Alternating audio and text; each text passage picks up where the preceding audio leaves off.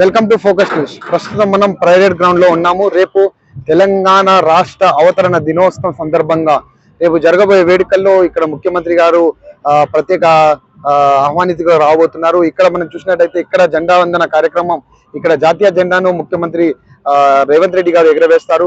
ఈ కార్యక్రమంలో ముఖ్య అతిథిగా రేపు సోనియా గాంధీని కూడా ఆహ్వానించడం జరిగింది. ఇప్పుడు ఇక్కడైతే మనం పర్యటనలో చూస్తున్నాము, చక్కచక్క అన్ని ఏర్పాట్లు జరుగుతూ ఉన్నాయి. ఇక్కడ రేపు గౌరవ వందనం కూడా స్వీకరించడానికి ఇది వేయడం జరిగింది. మనం ఇక్కడ చూస్తున్నాం, ఇక్కడ అన్ని ఏర్పాట్లు కూడా చేశారు.